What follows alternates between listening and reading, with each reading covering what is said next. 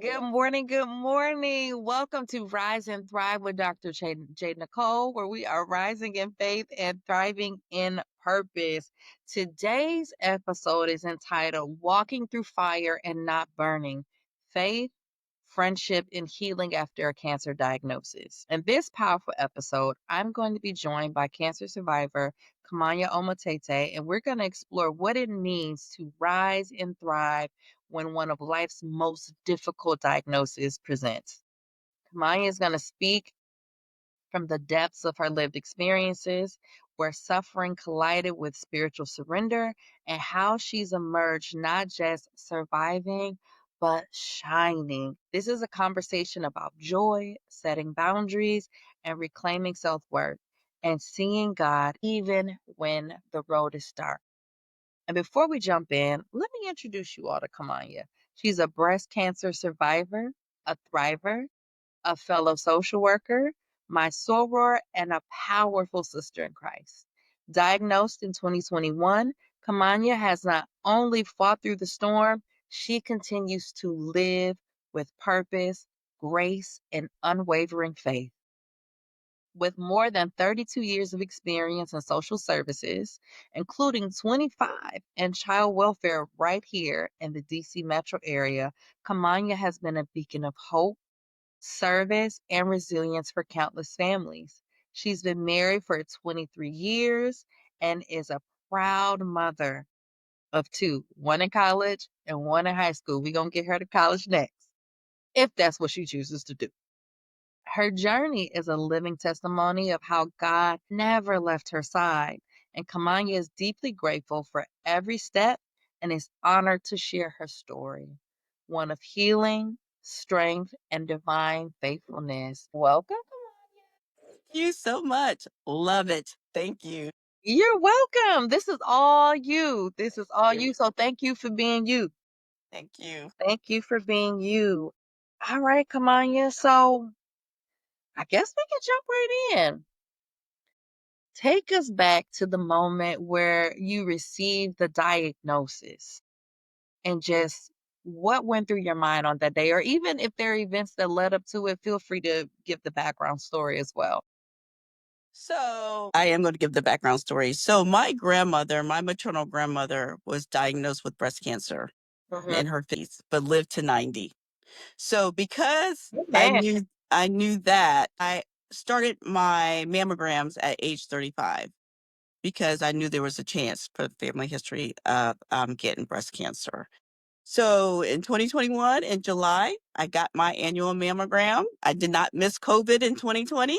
A lot of people missed. I did not miss it. And it was interesting because I was moving, helping my in-laws move. They were moving from Florida to be closer to the family. And Hmm. I said, "Oh, I didn't receive a letter for my mammogram." Usually because I have dense breast tissue, and I usually receive a letter saying, "You're good, you have dense breast tissue, blah, blah, blah." Got down there, moved them up here, and got a phone call, Hmm. and they said, "You needed to come back in." That didn't bother me because I've had that before because I have dense breasts. Yeah. So I didn't make that appointment until 3 weeks later. Okay. So I went in for that appointment. And so at that time, I knew something was wrong because the nurse came back in to say, "Hey, you need to see another nurse." I said, "Okay." Uh-huh. So Uh-huh. right then, I knew. I knew him, even though I didn't get the diagnosis then, I Hmm. knew. Yeah. And so then I saw another nurse and the radiologist. He said he was concerned. Mm. And then I came back for a big biopsy at the end of August. And I still knew then during the biopsy because one of the nurses said, I asked her something and she said, "This is a slow growing cancer." And I don't think she meant to say that, even though I didn't have the diagnosis. And then on September 1st, I remember the day, I was in a meeting and I got the call. I didn't answer because I was in a meeting, I was running the meeting. Yeah. And then I got the call from the radiologist, I got a call from my OB, and I got a call from my primary care physician. They all left messages. So I knew, All three left calls, right, messages back to right, back to back, right, basically. because they immediately let them know. So I knew before I even called back, Okay. I was diagnosed with cancer. And it's interesting.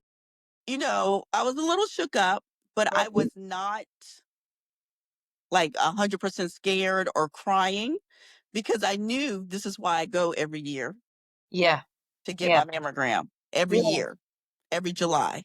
I Yeah. went to get my mammogram. So I called my husband after I talked to the doctor, and he knew all this along the way, of course. Mhm. Talked to him. And when I talked to the doctor, actually, I was supposed to leave for a conference to go to Nashville that day. And she said, go. She said, go. I had to have a breast MRI. And she said, it's going to probably take a week before you get in. And so I went. I love that she encouraged you to not put your life on pause. Absolutely. Because I would have been sitting, stressing, not knowing. Mhm. So I went to my conference. I didn't tell anyone, my team that I was with, that I was just diagnosed. I went Mhm. on the conference and really had such a great time with the people I was with. Mhm. And it was people who it was from juvenile court. I'm in social, in child welfare. So it was a whole different team that I was not really familiar with. Some judges, some probation people, and really had a good time in the conference Mhm. and just hanging with them. And I actually told them after I went through treatment what happened and what a blessing they were. They didn't know what was going on. And this is something else I'll talk about is about how you talk and treat people because you don't know what's going on and you don't know what's going through. And at that time, just their regular compassion and time they spent with me for work was such a blessing for that time during a difficult time that they did not know I was going through. Yeah. Yeah. So in the time and so we did not tell anyone about my diagnosis for about 3 weeks because I needed to meet with the breast surgeon so I could get all the information because everybody was going to ask me, what's Mhm. the diagnosis? What you going to do? Blah, blah, blah, everything. And so until I got all the information, then we told the kids, we told our families first, and then we told other people. Mhm. And to be honest, again, I had to comfort other people through this situation because when people hear cancer, the first thing they think of is death. Mhm. And I was like, I'm still here. I am still here and I am still living. And that is definitely because of my walk with the Lord. Yeah. Yeah. Wow. So, sis, what did you do from the time in July until that time in, I guess, September when it was confirmed? Like, what was your conversations with God like, your prayer life, just like your home life, like all of that, right? Like that it seems like that would have been a lot for you and your husband to keep to yourselves. Yeah. So when I went back for the second one, it was August. So a little bit shorter time, but it was still about 3 weeks. Mhm. Just continue to pray. And what I had was my grandmother. I said, not even knowing um, if it was a diagnosis or not. But even I said, even if I had breast cancer, my grandmother lived another 40 years and was hardly not even sick. She took cod liver oil every day and calcium. She did not Listen, have, that's my reminder to get my cod liver oil back up. I can only do yes, the capsules because that oil, I taking it by a know, I spoonful know, is different. I know. She didn't have diabetes. She didn't have any other health ailments. Mhm. So I knew that if she could make it, and if I had it, I know I could. And again, it was with the Lord. And through the journey, I believe He prepared me through this breast cancer journey. Okay, tell me more. I just feel like you hit me with like a good alley-oop, and Imma just roll with it. Like, Right. tell me more about this preparation and what Yeah. you believe you were being prepared for. So I do want to tell you. So once I found out what the treatment was, it Mhm. caught it early. It was a small mass. I had the choice of a mastectomy or a Mhm. lumpectomy. And Mhm. learning about breast cancer is not all the same. I did not know that prior. Yeah. I thought depending on what stage you had, either you could get a mastectomy, lumpectomy. Did you have to do chemo? I still had to do chemo and radiation, even though I chose a lumpectomy. Mhm. And so I chose that after getting more information. I had the BRCA gene test to make sure I didn't have that because if I did have it, I would have got a full mastectomy, but I decided a lumpectomy. And along with the lumpectomy, I was able to get a breast lift. I always laugh. I was like, that was the best news I had. But wait, just in case. I know that's right. Got that free lift.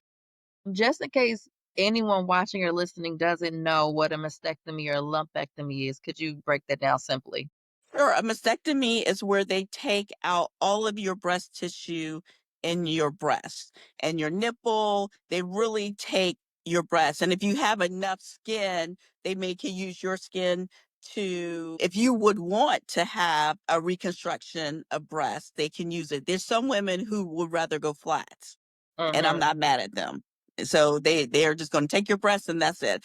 But you can have reconstruction, so you can have breasts, and they will use it's just like getting enlarged breasts. If people want to get it, they'll use Like an the, augmentation. yeah, augmentation, and they can use your skin from your breast if you have enough, and if not, they can take some if you get a tummy tuck from your stomach or your legs. And so, but a lumpectomy is where they just go in and take the mass out Okay. and tissue around it. And they took some lymph nodes from me also, just to make sure that it had not spread, Okay. which it had not. And so I chose the lumpectomy, and I chose that also because I was going to have chemo anyway. And that's when I learned there was different breast cancers. And so I am triple positive. I have invasive ductal. I did have invasive ductal carcinoma, and I'm triple positive. So that's positive for estrogen, progesterone. So the hormones feed my Okay. it fed my breast cancer, and then I was HER2 positive, which makes it a little bit more invasive and more back in the day, because they have great treatment now, where that if you don't continue with chemo for a bit, that it could come back more aggressively. So it's Mm, more aggressive form of breast cancer, but I did that. So I was going to have to do chemo. I did chemo for a year, and then I did radiation in between that time for 16 days, daily 16 days, Monday through Friday. And so once I found out, I was like, I'm still gonna have to have chemo, even if I had a mastectomy. I was like, I'm not doing all that. That's a lot. And I didn't need to because it was a small mass. yeah. And it's a smaller percentage that I will not get it back. I had a 99% of not getting a living, if you want to say. And it's a little higher percentage having a lumpectomy that it could come back. If I had a mastectomy, it would have been, you still have a percentage that it could come back, but it's a smaller percentage. So, but I'm on medication for 5 years afterwards to make sure that my estrogen is really a estrogen blocker, because hormones fed my breast cancer. But let me go back to the original question. I'm sorry No, because I've that been was going that off. was so good. Do not Yeah, apologize like that. That was such good, and I just feel like I learned so much too. Because like you, I thought, that is just breast cancer, right? right. Like, and I've heard HER2 positive, like, I could hear, like, a commercial from TV, like, one of Yes. the Yes. medications, and I was like, "Why is that in my head?" But I didn't even know. Right. So Right. thank you. So this has already been super informative, just in general and learning. Right. So when they told me that I was going to have chemo for a year, I think I cried then, because I was like, I cannot not be around people for a year. And this is my breast surgeon. But right after that appointment, I had an appointment with the oncologist. Literally right after, I had to just walk down the hospital and go. Mhm, And she explained that I was going to have chemo, and it's Paxil for 12 weeks once a week. And that's the chemo that I lost my hair, mhm, that I was going to be more tired, that I really couldn't be around a lot of people because my immune system was going to drop. The mhm, second chemo I was on, and I did it concurrently, but it was once every 3 weeks, was the Herceptin for the HER2 positive. That was for a year. But that chemo, and I use the term when people say it, I was like, that's a lesser chemo. I mhm, did that for a half an hour. And once I finished the major chemo, the Paxil for 12 weeks, when I did the once every 3 weeks, I went back to work. It was fine. And to okay, me, I was like, that's just a breeze. So the chemo that was really where I needed to protect my immune system more was for 12 weeks. And I did that from December through the end of February, once okay, a week. okay. But how God prepared me. So, everybody knows Kelly, Echo's Yes. Holler, put her out there. So I started training with her 2018 because I needed to get in shape. I That's lost where them 20 arms pounds. came from. That's where those arms Okay. came from. So for a year, probably about 15 months, I worked with her twice a week and I lost 20 pounds. I gained Mm, muscles. And so I worked with her for 15 months. And then I moved to another trainer because my husband went to Kelly. So we had to uh, kind of do different because of the kids and different things like that. And so I went to another trainer at my job and I still continue having a personal trainer for 2 days a week. So at the time when I was working with Kelly, I said, I am preparing myself to be a hot mama at 50. yes, ma'am. I'm 50, right? But then during the year I was turning 50 because I was 49 and turning 50 on 3 months, it was 3 months later after I was diagnosed. I was diagnosed, but the workouts helped prepare me to go through chemo, Mm, right? Those workouts helped me to, for me, I believe, not be as sick for chemo. Those workouts helped me to work out during chemo. Those workouts helped me to work during chemo. I was still working, I just worked from home. yeah. And to still live my life with some protection, don't get me wrong, with some protection, Mhm. to continue on because I was still living. Yeah. I would I was still living. So treatment is not easy. I would have treatment on Wednesdays. And they said everyone told me it would take a couple days before it would take hold. And then by Friday night, I was tired. By Saturday, I was in the bed, on the couch. Sunday, I was still on the couch, but I was getting better. Monday, I was up. Tuesday, I was back working out. Whoa. So, yeah. So, and not working out to the same Yeah, extent, but but still, working out. like some And I was, people. yes. And I was working out with someone closer to my home in their home. So I wasn't working out with my other trainer. I was working out with someone closer to my home twice a week. That's so powerful and inspiring because there's a lot of people, just the emotional and like mental impact would have taken them out and they would have just been on the couch for however Yes. long. Yes. So, talk to me a little bit like about that. What your mental and emotional like experience was like going through this. So, of course, anyone who goes through a life changing moment, no matter what it is, sometimes I did say, why me? Mhm. Right? Like, can I do this? Mm, What about my children and my husband and yeah. my family? Right? Right. I want to be there for them. Right. But God, right? Yes. But God. And I'm just so thankful that I know who I am and whose I am, Come on. you That's know? it. And so one of the verses, I'm just so thankful for the lessons that we're going through, at church right now Mhm. too. But, Mhm. Exodus 14 again and 13 and 14, those verses just teaches us that God's grace is enough even through our problems.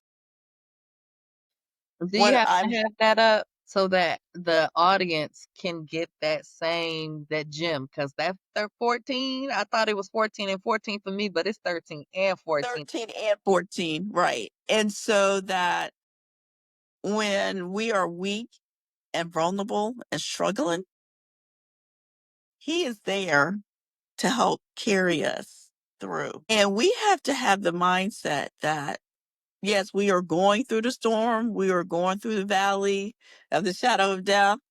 We are going through it, but I am going to I'm going to be on the other side of this. Mhm. We are not promised that we're not going to go through certain things. Mhm. But for me, it's always about, and this is what I talk to my staff about and other people, is the lessons we learn through it and knowing how we're going to get through it. Right. And so, but it's really just trusting in God's power Yeah. that I was going to get through this. Yeah. Yeah. Wow. And God, he just does stuff like that's so we think it's disconnected or we think it's a choice that we made and we're not even really we have no idea. We just really and truly have no idea. And in a previous episode, one of us soror she was on, she's also my sans. She talked about spiritual compost, right? Like all these things are happening and it's all related. Like you said, he had started preparing your body. He had already kind of like prepared your mind and giving you an actual example of a living person that's hope because he knows how your brain works. He Mhm. knew you were going to need that to give you hope, is what I think, right? And so like you said, she lived 40 additional years, but then, the I think a healthy questioning took place, like, "Why me?" But then you were able to ground yourself and go back into the scripture. Mm. Exodus 13 and 14, like, "You only gotta be still, God will fight for you," and I heard Psalms 23 in there, right? Like, Right. that he really does take care of us, and there's so many other scriptures and even in like in Psalms too, right? Like you have Psalms 34 about the Lord being close to the brokenhearted, and then like he saves those who are crushed in spirit. And this is a diagnosis that can leave people feeling brokenhearted, that can crush their spirit. And so you didn't stay there. You were honest with God about your feelings, and he was there for you. Yes. Yeah. And God put people around me. So one of my good friends and an old coworker, and I have to shout her out, Jen, who was Hey, diagnosed a year Jen. be- who was diagnosed a year before me. Okay. Now, she put it out on Facebook and everything. Like she told her whole story on Facebook. I was like, I'm not doing all that. Yeah. It's a lot. But she did it because that helped her. But when I called her, she because she went through now different type of breast cancer, but she went through it. She was able to give me some tips to get through chemo. Right? Like the ice packs on your hands and feet.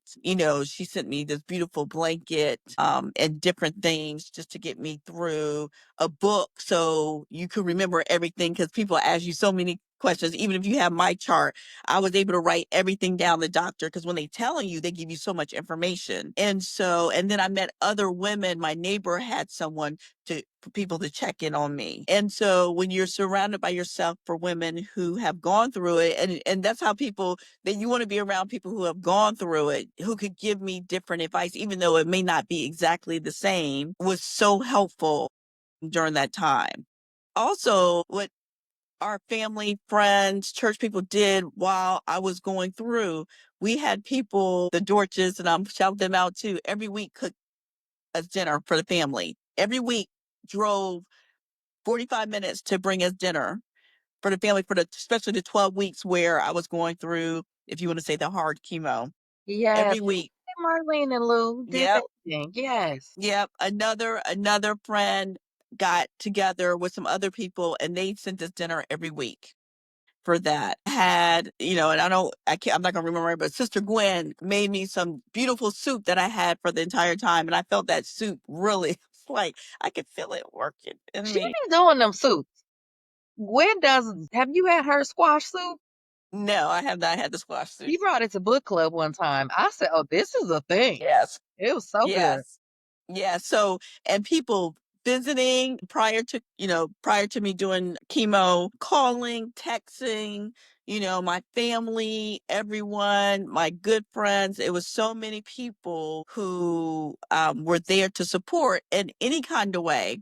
Mhm. And there was a few people I thought might have done more or called me more. And I asked one of my friends, I said, "Where you been? I ain't heard from you." And it was difficult for her because she had other family members who were lost their battle with cancer. So it's Yeah. difficult. And so, I wasn't judging anyone who may not have reached out because I don't know what their story is. Right. And I get people are busy. So I wasn't upset or anything when people didn't reach out because I know it's hard. And it was hard for people to call me. It's so funny when people call, they're like, You could it's hear them like, tiptoeing. yeah. And I was like, hey, what's going on? What you doing? Right, they were like, "Oh, okay." I was like, You "What's said, "Girl, up?" I am still alive. Talk to me as such." Am alive, really, and that's how people were calling me. I was like, "Look, I am blessed to be here." Blessed, like my person I used to help, who I was her power attorney. She was like, "Blessed by the best and nothing less." And we called her Granny. And yeah, so I was like, "You don't have to do that. You could talk to me like you regular talk to me."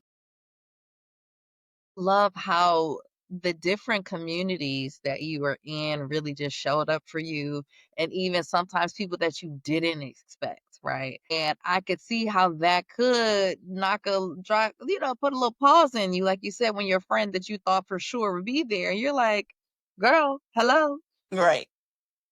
where you at?" Right? Like Yeah. that's difficult, right? Like I didn't have breast cancer. Obviously, I've not had any type of cancer, but I had a major surgery that I was down 6 to 8 weeks, and I had a similar situation where I was like,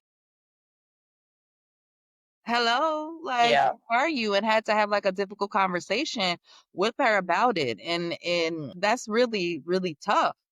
And obviously, friends, you're not friends with people because they'll do what you would do, Right. but you're friends with people because they've shown you something about like their character, their consistency. So like when you don't get that, that could just make Yes. it difficult. So how were y'all able to work through that? To be honest, I didn't. It wasn't negative to me because I'm glad that she shared what was going on, you know? And again, people have their own lives, and I didn't have time to focus on that. And that probably is what helped me. I didn't have time. What I was focusing on was my health, my family, and again, living. Just living. And I just go back to 2 Corinthians 12, 9 through 10. But he said to me, "My grace is sufficient for you. My power is made perfect in weakness. Therefore, I will boast all the more gladly about my weaknesses so that Christ's power may rest on me." That's what I was focused on. That's so I cool. couldn't focus on what people are doing or not doing for me. And my husband can tell you that my goal was to get healthy. Yeah. And I love that because that's how the enemy could get in your head, right? Have you stuck on the why me, where are they, such and such don't care, and then you lose sight of who was. The gratitude is another thing that I'm hearing, like kept you grounded, and you're like, and I need to focus on higher things, the Right. things that are lovely, right? Like that's also in the Bible. There's so many good and rich scriptures that I think really support us going through those hard times if we are really willing to turn to God. Like he Absolutely. really and truly comfort us. So were there any other lessons maybe that you learned about releasing relationships that didn't reciprocate? And releasing doesn't have to mean like ending as much as like maybe releasing whatever negativity may have come up, just allowing that to move through. Right. So, going through this, I realized that, right, not just going through this, that you can't really sweat the small stuff. You hear that. I can't focus on negativity. I can't focus on what someone said or not said or anything like that, and times we all do that, right? I need to move forward with forgiveness. And I can tell you, not as much now, but my family and me too, forgiveness, don't, coming back to me 30 years later, I can't help you. I can't Yeah. help you. Uh, just moving forward past that. And I have a husband who always makes sure we are moving forward regarding what's important in our lives. And so the lessons regarding toxicity and just letting go has been such a healing. It's been so healing for me because, again, I got a whole lot of other things I want to focus on, and that is me Mhm. living because we are not promised the next minute. And it's so funny because I'm like, you know, any of us, anytime may not wake up. And just to be thankful to open my eyes every morning, I am. And people may say that's a cliche. I am. I am just very thankful and grateful even through it. and throughout the time I was going through treatment, and this is what I told people, I am thankful and grateful even going through this journey, this cancer journey, because Mm. I had um a lot. I had insurance, right? Mhm. I got to choose where I had my treatment, and I did it at Sibley Hospital, Johns Hopkins, which was absolutely fabulous. I could definitely give them a shout out. Mhm. They treated me so well Uh, there. I was still able to work out. I was still able to work from home. People didn't even know. My team knew that I was going through this, and mhm. I'm a manager. I have 45 people under me, and other team. They all knew I was going through this, but there were some people who didn't. And I had a great wig because my hair was longer. They Yeah. didn't know. They didn't know until But after I. also, Black women, we be changing our hair all the time. Right, Me right. being one of them. Right, and they didn't know until I got back into the office, until I told people, because I didn't want that to be a distraction on our meetings. Yeah. I was just home for 6 months, I just didn't go into the office, and I was still able to grocery shop, I just did it 6 o'clock in the morning when nobody was there. Yeah. Yeah. You know, I was still able to get out, I was still able to take walks, I was still able to do, things that I needed to do, and so I say that is that, again, I'm thankful and grateful for the journey and not to focus on negativity. The way that that would have drained your energy and impacted your healing, like, there's different studies, and I don't have anything in front of me to quote about just how important mindset is when people Right. are faced with like very serious illnesses. And it sounds like you had a mindset that was like, and you use the power of your words because like when we speak things, we're giving the instructions to our brain. Like I don't think people really understand what they say and then how that shapes their reality. Like, of course, there's all those people think it's a cliche, Right. but you are a living testimony that, like, that what you say 100% matters. Right. It is. And it's so funny because one of the mottos we use at work when we work with, we're, in child welfare, we work with families who are struggling and may have caused abuse and neglect towards their children. But no matter why we are working with their children, the motto we use is every interaction is an intervention. Ooh, And that's so good. and so I use that not only at work, but in my life. Because again, you don't know what people are going through. And you don't, and it's how you say things, what you say, how we talk about, how do we talk about people? We need to talk for our clients, we need to talk about them as they're in the room. Yes. Right. And so that's something that we've all been, continually work on. And so if we look at every interaction as an intervention, what we say is powerful. Now, everybody's not going to take it. I get it. But how do we come across to each other? How are we uplifting each other? Right. And so what I've been doing lately, now I always like this, to make sure I am saying positive things about my friends, my brothers and sisters, my family. Now, not, and don't get me wrong, there's sometimes you be like, that person, they little trifling a little bit or whatever. I ain't gonna say, I don't say that. I'm gonna say 'Cause I that. mean, sometimes that, Right, that is what it is. Like, right. what's But, going on? That was not a right, good decision. right. But just to be negative or talk about people, I'm not doing that. Mhm. And I have changed my mindset about that. Mhm. I need not to say nothing. And that also takes away from your energy to Right. put out this negative thing. Because Right. what we put out, it comes back to us. Right. Yeah. Absolutely. And so I appreciate, again, every interaction is an intervention. Mm. And there is one of my colleagues said this, and I've always taken this when she retired. You know, it it doesn't hurt to be kind to people. It doesn't. It's difference between niceness and kindness because people use it interchangeably.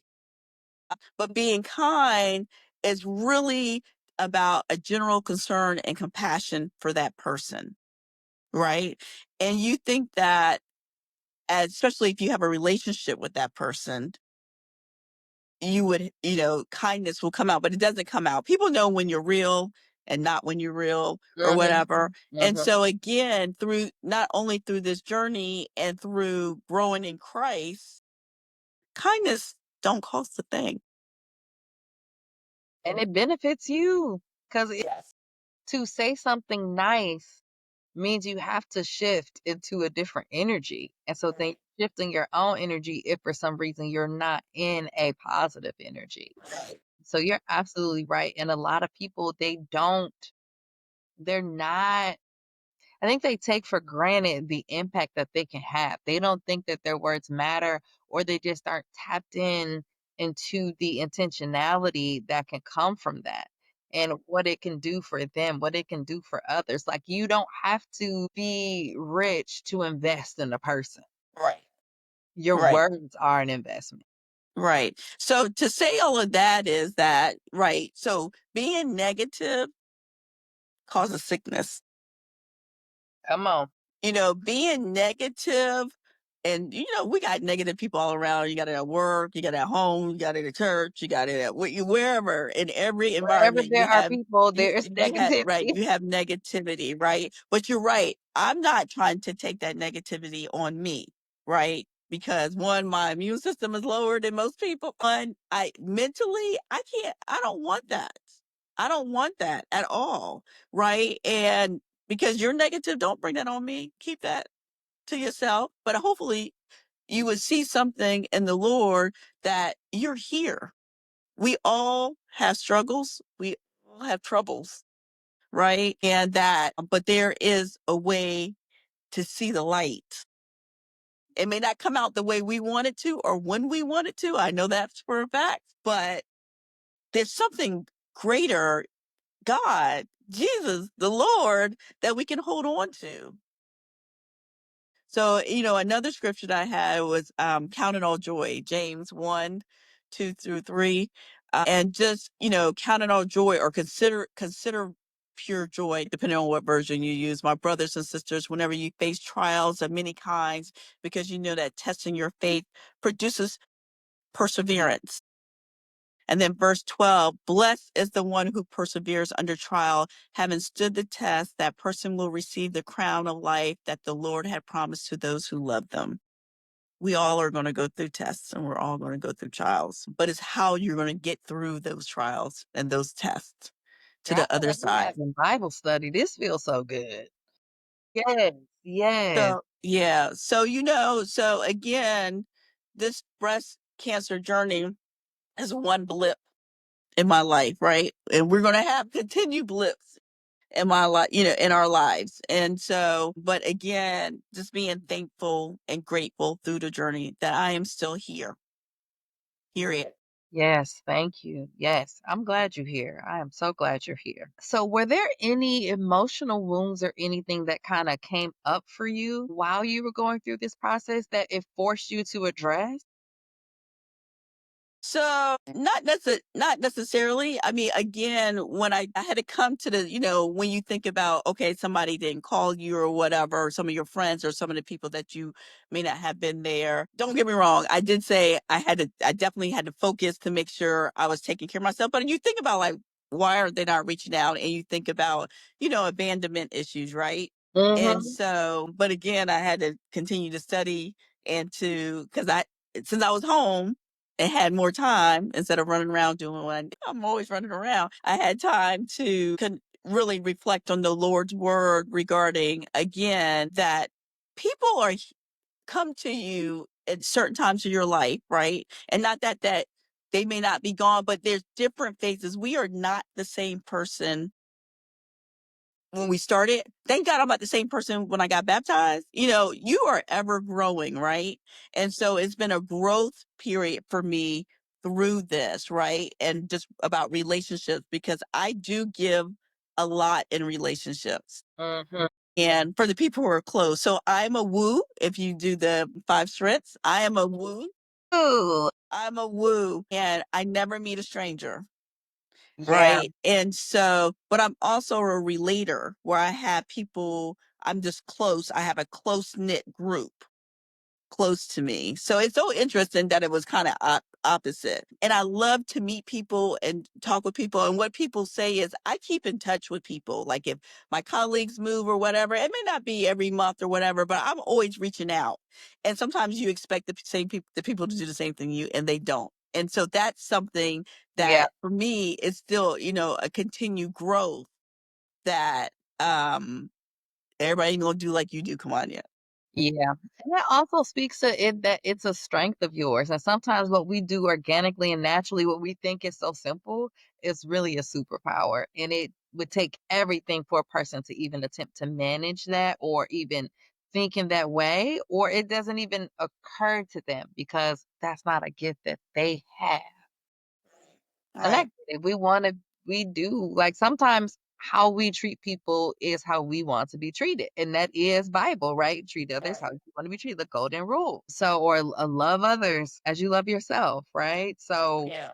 it can be tough though. It can be tough. Yeah, it is. But I'm still gonna do me, and that is again to be kind, Hmm. to reach out, to uplift other Hmm. people.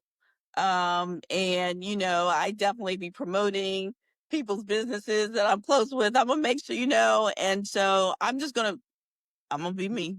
It is what Yeah. it is. Yeah. I'm going I It's am hard going to not be to me. be you, right? Like it takes more energy, I think, to shut down those parts of you that are the things that others cherish. Right. It takes a lot of work to work against that. Right. And I've had to do that. I tried to shut it down in certain circumstances and it was not a good look. My colleagues could see it, Mm, my family could see it, and then I had to come to like, no, there's some things I'm great at and I am going to show it and I'm not going to make any excuses or try to hide it for someone else. And I've yeah. done that before. And I think that this is a great time to talk about boundaries, right? Because boundaries are important to be able to like maintain those relationships. Were there any lessons that you learned about boundaries, right? Because sometimes we think shutting it down is a boundary when really no, shutting it down is shutting it down. Right. How do you still be authentic, but also know that this person doesn't have full access or they've done something that let you know there needs to be a little layer of distance, a boundary, a velvet rope in between the two of you, but like you can always reach over it. Yeah. So I'm gonna tell you this lessons for toxicity Mhm. has been fantastic for me. And yes, and so I knew I needed to put up boundaries in certain areas in my life. And so it's been easier to do, not that again, that I'm not going to not be kind. Right. Or but I need to make sure that I'm protecting my spirit Yes.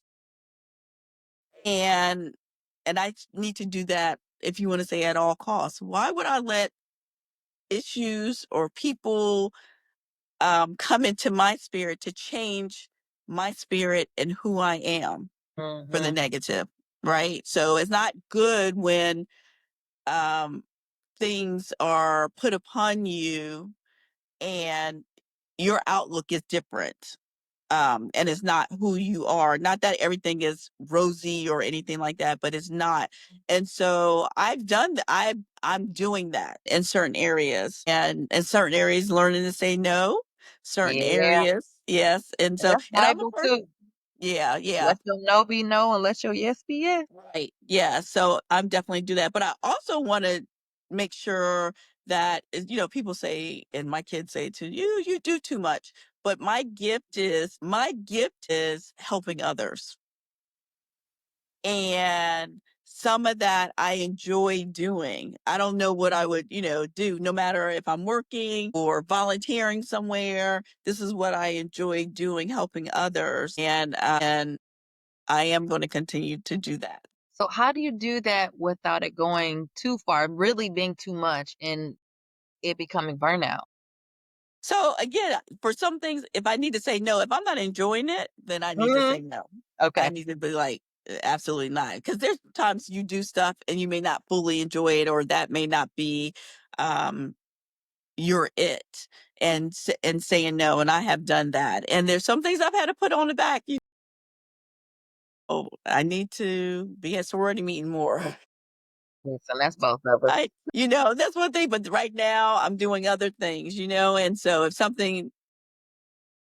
if Girl Scouts, that's important to me because I get to spend more time with my daughter. So for me Mhm, to be part of that and volunteer, I love doing that because I'm spending more time with Orday. And so, and when she graduates from that, then that will be on the back burner and I could pick something else up. So mhm.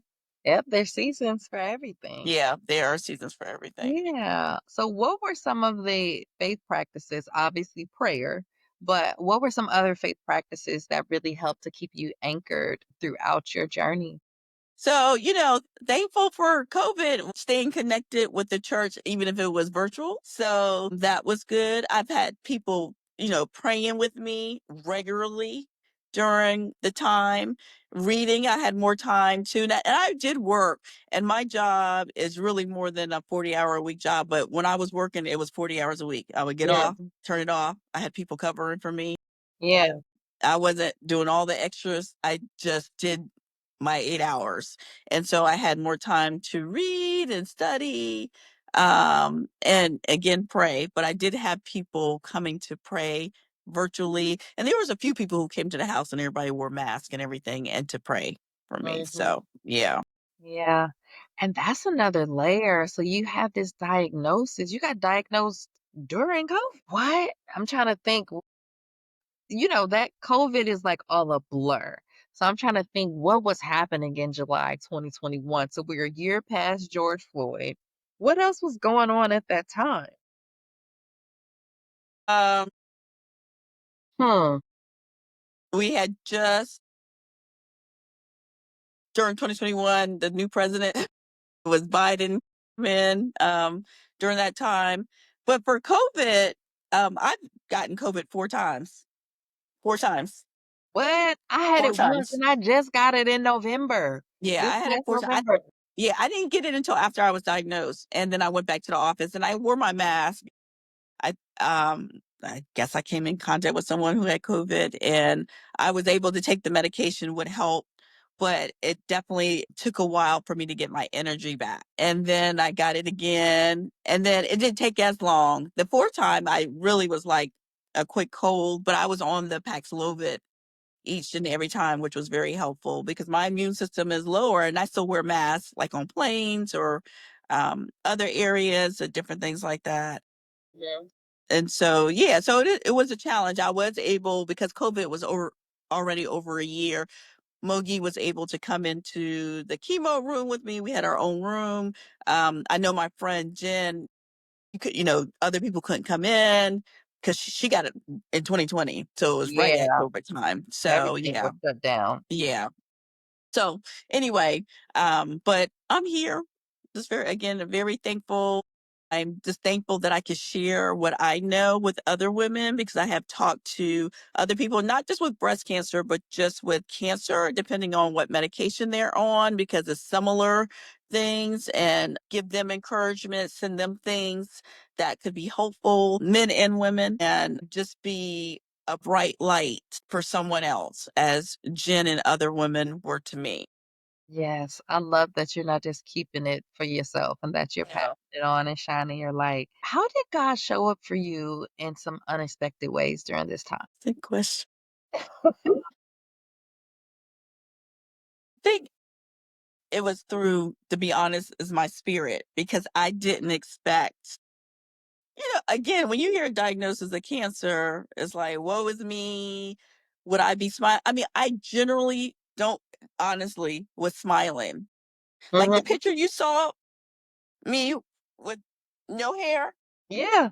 Yeah. I generally was smiling. Yeah. Now, when I got my hair cut, I cried some. Tears were coming, but I generally was smiling. First of all, I was like a rockaball head. It's affirming. Yeah. But I generally was smiling because I was thankful for being there.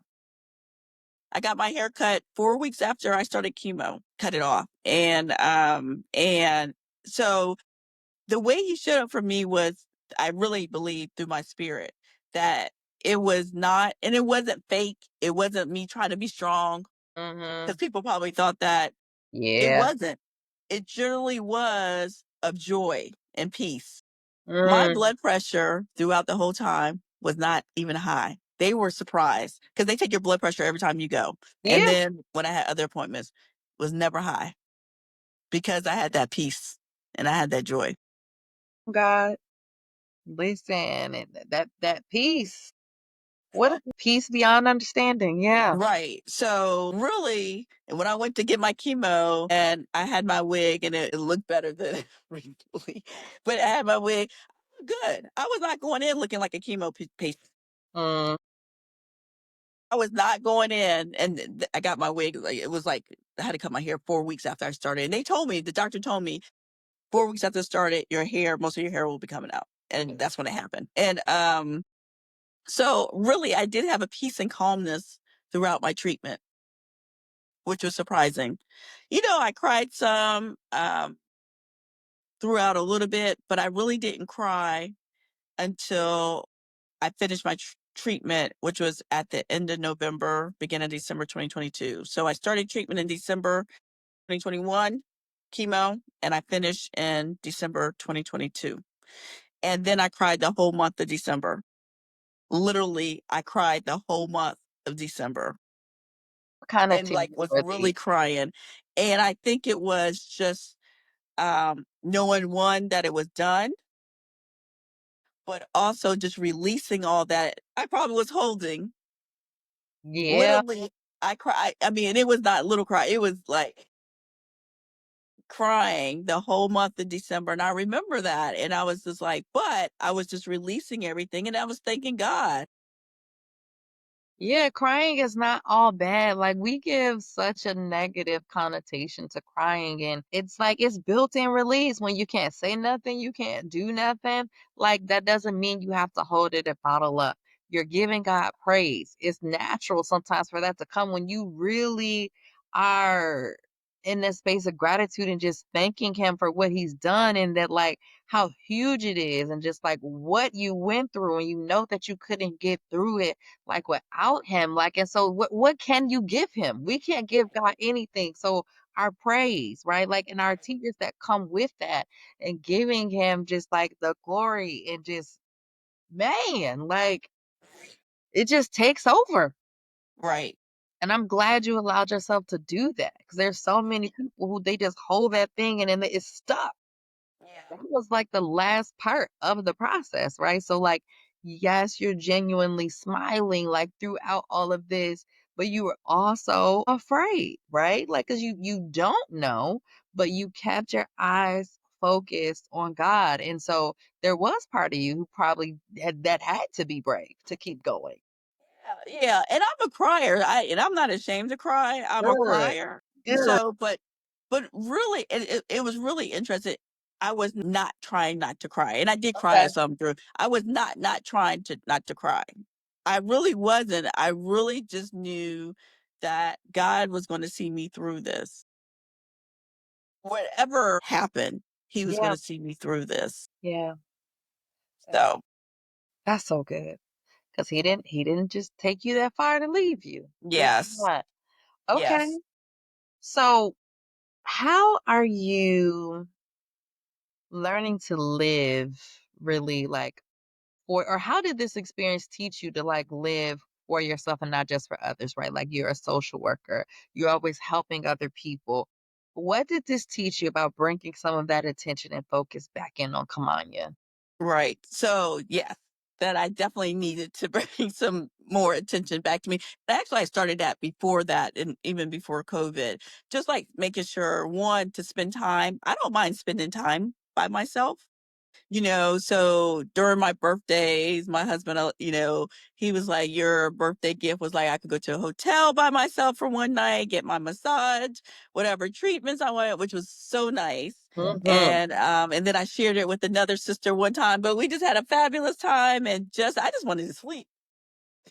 Just wanted to sleep, go to Mm-hmm. bed early. and wake up late, with the kids and everything. I mean, so you're not having the kids, making sure that's why I started working out. That's why I got the trainer. And again, I'm just happy that I still have a trainer. I still Yep. work out with a trainer 2 times a week. And also to make sure I do things. I love the sun. I love the beach.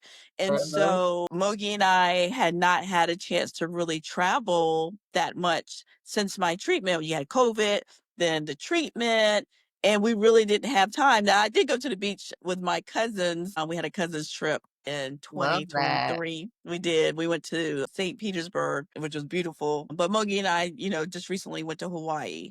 So Mm, that was beautiful. those pictures So, were beautiful. yeah, and so it was just nice time to relax and to be with him too. I like being Yeah. with myself, but I like being with him. I do love being with my children too, but sometimes you need some It time. started with you and Moki because y'all got together when? Y'all met in college, right? Oh no, we met No? at church. Y'all We met met at at church. Oh what? yeah, no, we were in our late 20s. Yeah.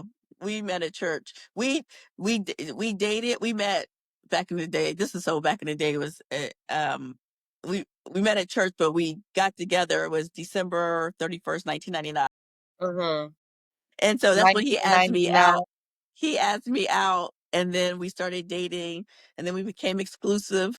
And we dated for a year and then engaged, and then we got married like 8 months later. It doesn't take that long. And so Listen, yeah, look, maybe I need y'all to come back too and talk about that. Like it don't take that long. it don't take that long. Yeah. And so we were together 4 years before we had Omar, and that I had a couple miscarriages before him, but Mogi has always been my rock. Yeah. And he's always make sure I was focused on the Lord too. Yes, come on. He gave that good message on Wednesday too. He is always, and so I'm just blessed to be his wife and just very thankful for him because during this time of my cancer treatment, he took care of everything. And he was like, I got it. Even when we had our kids, he was like, I'm telling him what to do. He's like, these are my kids. I got it. He's like, these are my Love kids. this. Love this. So, yeah, so he had it and took care so I can get healthy. That's so beautiful. Like, obviously, y'all are already in love and had a wonderful kingdom foundation, but like, how did that experience like deepen that connection and bond between y'all as husband and wife? I mean, it did, when I told him, because I told him, and I am like, if you want to say, not independent or interdependent. I'm interdependent with him, but I am, if you want to say, independent. And so it was so funny because I was going to the breast surgeon, and he was like, "Are you going to tell me when it is?" Am I going? I was just going to go. I was like, "Oh yeah." Like, yes, yes, Classy yes. eyes. So you need to, of course, he needs to know what's going on. I was just like, I'm just gonna go. And so with him learning along with me and just being there, he went with me to every cancer treatment. I mean, chemo treatment. He put the ice on my feet and on my hands when I needed, and I was trying to sleep. And he was there every step of the way. Every step of the way. Amazing. And so it just deepened our relationship and my love for him, and I know that he loves me. He I and he says it. He tells me, he shows me his act of his love language is act of service. Mhm. And so he was definitely showing, but he kept it. He did what was needed. The kids at that time weren't driving, so he was shuffling back and forth, doing what needed to be done. Yeah. Yeah, that is really and truly beautiful because things like this take a toll on a lot of relationships and Yeah, marriages. So I love that it would deepen that he just I don't even want to say he stepped up, right? Because he was right. already present. Right. He was already present. So it's just like he elevated. Yes.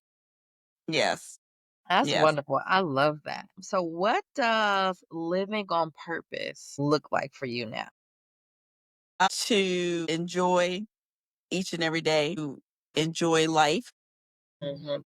to not take life for granted. Mhm. Don't take anything for granted. Don't hold on to things because it's only affecting you. Forgive.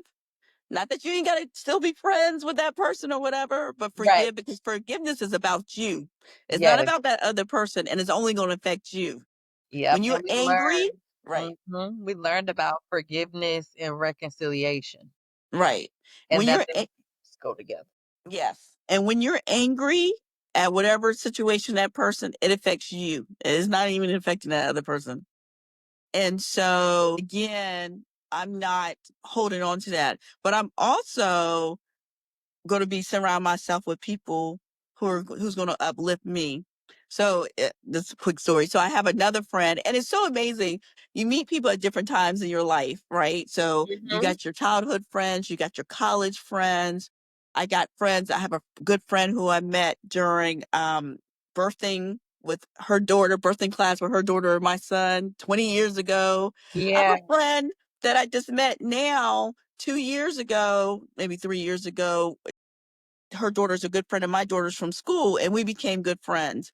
And so I'm surrounding myself with people who care about me and who is going to not only support me and going to uplift me. Not saying that they're not going to tell me what's going on, tell me the real deal. If I got something right. going on, you're going to tell me, but who's going to uplift me? I had this one friend, I told her, because I've been reflecting while preparing for this and just reflecting on the people who are important to me, my family, my Mm, parents, my husband, other friends. And I told her, I said, every word out your mouth is uplifting mm, all the time. That's who she is love all the that. time.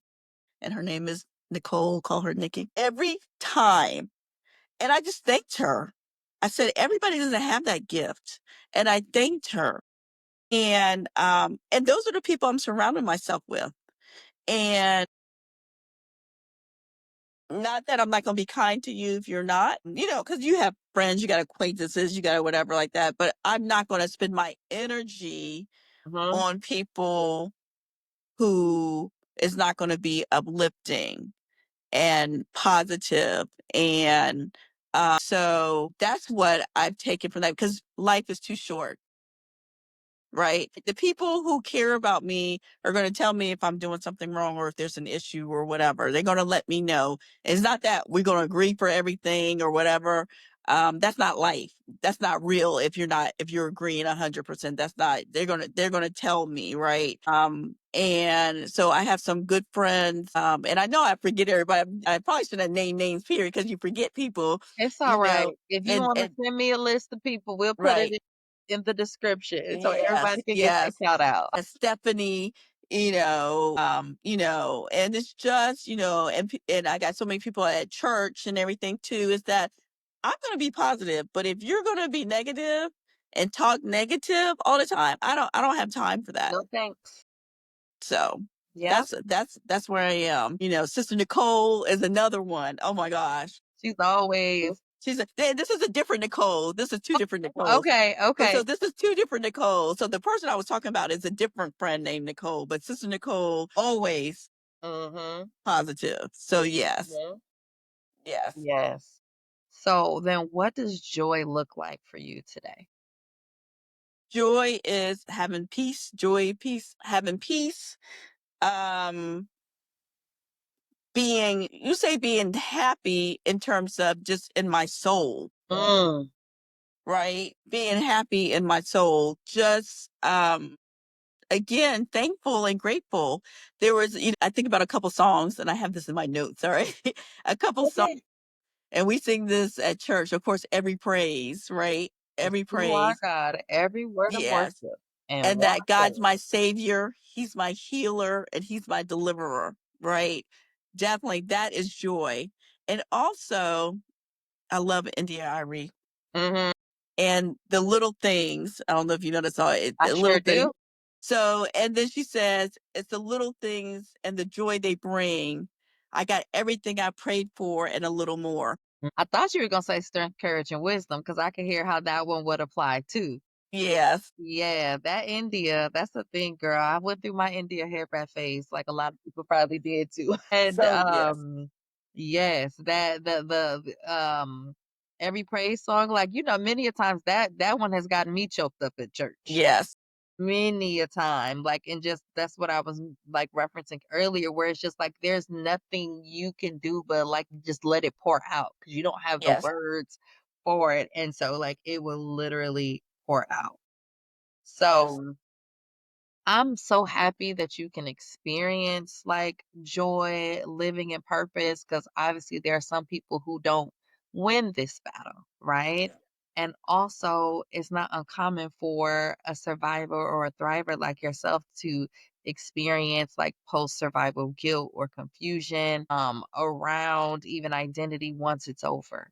But you've been like, your narrative has been filled with so much grace, and like you and what you've shared today just really modeled what it's like to weave that in and have Good. that in, and like you didn't try to do it on your own and you did it with God, and how that just really aligned, you know, all of the people, everyone who was there who needed to be there. And even as you were speaking earlier, I thought about it. You were saying like you and Mogi met in your early 20s. He sent No, you late up 20, late late 20s. 20, Okay, late late 20s. 20s. A My little bad. on early. In y'all 20s. Y'all met in y'all's 20s, right? But he sent you who you needed. Yep. He had partnered y'all together, and that's the beauty waiting for God too. Where you're saying late 20s, like Yes. perfectly fine. And also, what do we really know about who we are in our early 20s, child? Right. But and then we still be learning in 30s and 40s and 50s, like it's Right. just how life goes. But like I love how your story really is filled with God. He's all Yeah. through it. It's all about like giving him his glory. And so I guess we can close here unless there's something else you want to share before I do the Yes. signature closing question. Yeah, so I always have to just say that as women, as men, but as Black women, we need to take care of ourselves. I cannot leave here without saying we need to make sure we are going to the doctor Mm-hmm. for our PEP, our annual OBGYN, for our annual physical, for our breast exams when is needed, for your colonoscopy when it's needed. And then that starts at 45. And to make sure we are taking care of ourselves. I am here because I went every year. They looked at my screen the year before and said it was not there. If I would have missed COVID, they wouldn't have known if it was there or not. Or if I would have missed this one, because we get so busy, we do. We things come late. It takes forever to get in for an appointment when we're scheduling late. And so I just want to make sure that we have to take care of ourselves, especially as Black women, because we're ones that die more from breast cancer because it's diagnosed later, we're stage 4, or we don't have the means to get the necessary treatment Mm-hmm. needed, or we don't. Some people had said, "Don't do chemo." I was like, "I'm trying to live." That's why I said, "I am trying to live." And they're giving you opinions based on someone else's Yeah. experience, and they don't know your numbers, what's in your chart versus what was in Right. the other person's chart. Right. Right. Absolutely. So I definitely want to lead with that. And then I also want to say too is that be joyful, be thankful, and share it. Think that, not that I think, I know Mhm. that when people heard cancer, like I said, people think of a death sentence, but they did not expect me to come out like I came out. I know that for a fact. Shining. Shining. Absolutely. People did not expect that and still shining. And it's hard for people. And then when people are not happy with themselves, they take it out on others. Yeah. When you're not happy with yourself, you put all that stuff trying to put it on other people. Mhm. I'm just saying, keep that to yourself Yep. because keep that to yourself. And so I have experienced that in different areas. And And I've had to work through, because I told you where I did, at a time, kind of stifle myself Mhm. for others. And I was like, I had to get to a point. I said, I'm not doing that no more. I am not doing that anymore. Mhm. That's other people's issues. That's not my issue. Period. And if God wants to shine through me, I'm going to show it. And again, not that I don't go through troubles, not that I ain't sad, not that I'm not crying, but if Mhm. He wants to shine, why wouldn't I let Him shine through me in my words and my actions and glorifying Him and thanking Him every day? And it's enough shining to go around if you would just let him. Right. Kamanya don't got the recipe on how to shine. She Right. can't gatekeep the shining. The point Right. is for as many people as possible to shine. Absolutely. That's the whole point. So Absolutely. instead of dumping negative or trying to dim a person's shine, you need to find out, like, how can I get like you Right. and get a little closer to Absolutely. Jesus, right? And Absolutely. I'll add to what you're saying. I'm a firm believer in RTS, return to sender. And no thank yous. I used to listen. This me, she real different in the best way. She shines, she's still nice, but she's not being nice just so that people can say she's nice. She's Right. more authentic. Right. No thank you. Right. Right. And yes, you are. Thank you. Like no thank you. I have no desire to do that. No, no Right. thank you. Right. So this has been so good. Come on, you. This has been really good. So, with that, I guess we'll close out. If you could leave the audience with one powerful truth to help them to rise and thrive, what would it be? Again, and I said this at the beginning, every interaction is an intervention. And how you treat people, how you speak to people, how you interact with people is very important. We don't know what each other is going through.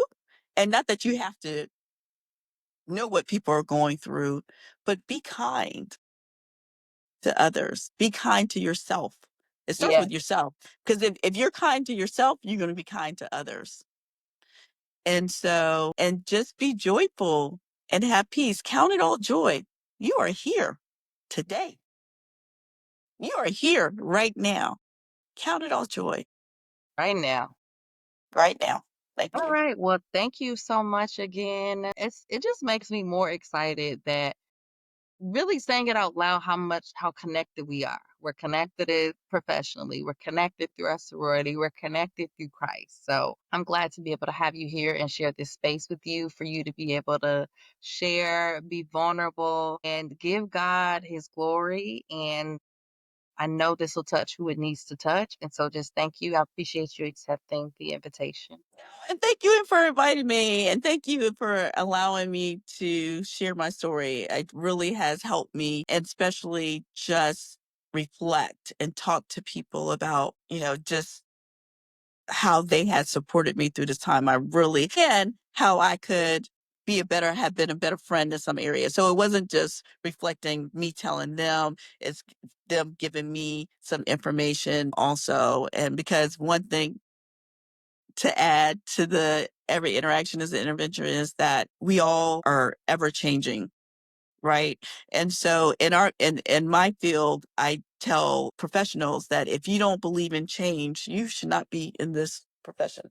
Come on, sis. Right. And that I'm not the same person I was 5, 10 years ago, or even 2 weeks ago. I should be ever changing and growing and learning. And the families that we work with, they may not change in the time frame, but we want them to still continue, even if it's not in the time frame when they get their children back, some in foster care, because their children's gonna come looking for them. So I say that in terms of just life, is that we all should be growing and changing, and don't stay stagnant where you are. We should be growing in the Lord. We should be growing in our family. We should be growing in our profession. We should be growing with friendships. And so I had to, when I was reflecting, apologize for some things to different people. Mm. And that's what I Oh, that's did. great. And so that I could have been better in certain areas. And it was individual to that individual person. Mm, And so I thank you, because that gave me the opportunity to really reflect yeah. and to reach out to people who I love so much. And I haven't reached out to everyone, so by the time this is shown, if I haven't reached You'll out be to you, I done. will. You'll finish your shit. That I'm just thankful, and I have changed for the better, and I'm continuing to change. No one's perfect, and I will never be perfect, but I am gonna be looking how I could be better. Well, this has been so good. And clearly we could keep talking because there were other Yeah. things I wanted to say, but I'm like, you know what? We Yeah. can talk. We can talk. I'll see you Yeah. Sunday. And we need to plan a little one-on-one time anyway, on whether we go out or I come by the house or whatever. But yeah, we Yeah. can get some more time together. Okay. That's great. Yes. So now this is the point of the show where we shift to the audience for their call to action. So your reflection for today is, who am I still trying to carry that God has already released? And where in my life am I choosing fear instead of faith? And for your action for this week, I want you to write down one boundary and or one act of self-care that you'll commit to this week that centers you. And finally, I'm going to leave you affirmed. I choose faith. I choose healing. I choose me. Kamaya, thank you again for joining me on Rise and Thrive with Dr. J. Nicole. It's been an absolute pleasure having you here. And to the audience, thank you so much for tuning in this week. Any of this resonated with you, please leave the comments down in the comment. Um, Sister Kamaya, if anybody wants to like get in touch with you, because say you like really touch them, how can they find you? Where can they find you?